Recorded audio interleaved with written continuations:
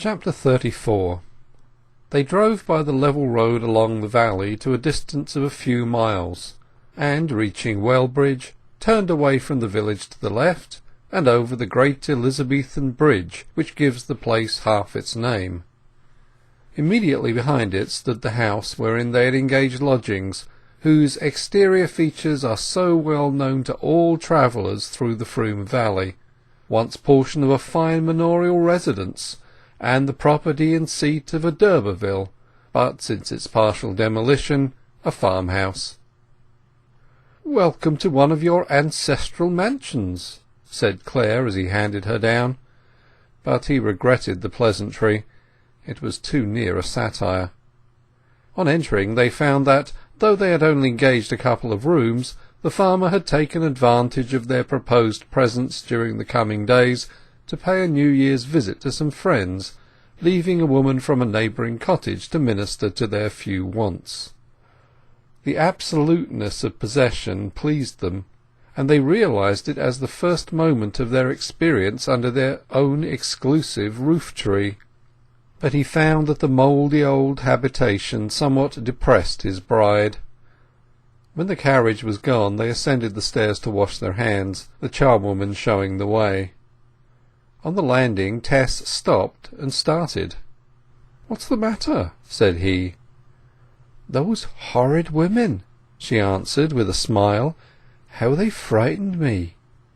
He looked up and perceived two life-size portraits on panels built into the masonry. As all visitors to the mansion are aware, these paintings represent women of middle age, of a date some 200 years ago, whose lineaments once seen can never be forgotten. The long pointed features, narrow eye and smirk of the one, so suggestive of merciless treachery; the bill-hook nose, large teeth and bold eye of the other, suggesting arrogance to the point of ferocity, haunt the beholder afterwards in his dreams. "Whose portraits are those?" asked Clare of the charwoman. "I have been told by old folk that they were ladies of the d'Urberville family, the ancient lords of this manor," she said. "Owing to their being builded into the wall, they can't be moved away." The unpleasantness of the matter was that, in addition to their effect upon Tess, her fine features were unquestionably traceable in these exaggerated forms. He said nothing of this, however, and regretting that he had gone out of his way to choose the house for their bridal time, went on into the adjoining room. The place having been rather hastily prepared for them, they washed their hands in one basin. Clare touched hers under the water. "Which are my fingers and which are yours?" he said, looking up. "They are very much mixed." "They are all yours," said she very prettily, and endeavoured to be gayer than she was. He had not been displeased with her thoughtfulness on such an occasion. It was what every sensible woman would show. But Tess knew that she had been thoughtful to excess, and struggled against it. The sun was so low on that short last afternoon of the year that it shone in through a small opening and formed a golden staff which stretched across to her skirt, where it made a spot like a paint mark set upon her. They went into the ancient parlour to tea, and here they shared their first common meal alone. Such was their childishness, or rather his, that he found it interesting to use the same bread and butter plate as herself, and to brush crumbs from her lips with his own. He wondered a little that she did not enter into these frivolities with his own zest, looking at her silently for a long time. "She is a dear, dear Tess," he thought to himself, as one deciding on the true construction of a difficult passage.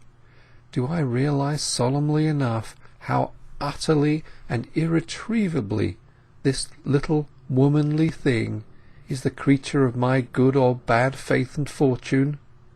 I think not. I think I could not, unless I were a woman myself. What I am in worldly estate, she is. What I become, she must become. What I cannot be, she cannot be. and shall I ever neglect her, or hurt her, or even forget to consider her? God forbid such a crime."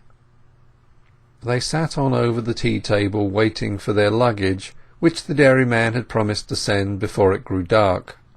But evening began to close in, and the luggage did not arrive, and they had brought nothing more than they stood in. With the departure of the sun, the calm mood of the winter day changed. Out of doors there began noises as of silk smartly rubbed. The restful dead leaves of the preceding autumn were stirred to irritated resurrection, and whirled about unwillingly, and tapped against the shutters. It soon began to rain. "That cock knew the weather was going to change," said Clare. The woman who had attended upon them had gone home for the night, but she had placed candles upon the table, and now they lit them. Each candle flame drew towards the fireplace. "These old houses are so draughty," continued Angel, looking at the flames, and at the grease guttering down the sides. "I wonder where that luggage is. We haven't even a brush and comb." "I don't know," she answered, absent-minded. "Tess, you're not a bit cheerful this evening. Not at all as you used to be. Those harridans on the panels upstairs have unsettled you. I'm sorry I brought you here. I wonder if you really love me after all." He knew that she did, and the words had no serious intent, but she was surcharged with emotion, and winced like a wounded animal. Though she tried not to shed tears, she could not help showing one or two. "I did not mean it," he said, sorry. "You are worried about not having your things, I know. I cannot think why old Jonathan has not come with them. Why, it is 7 o'clock. Ah, there he is." A knock had come to the door, and there being no one else to answer it, Clare went out. He returned to the room with a small package in his hand. "It is not Jonathan after all," he said. "How vexing," said Tess.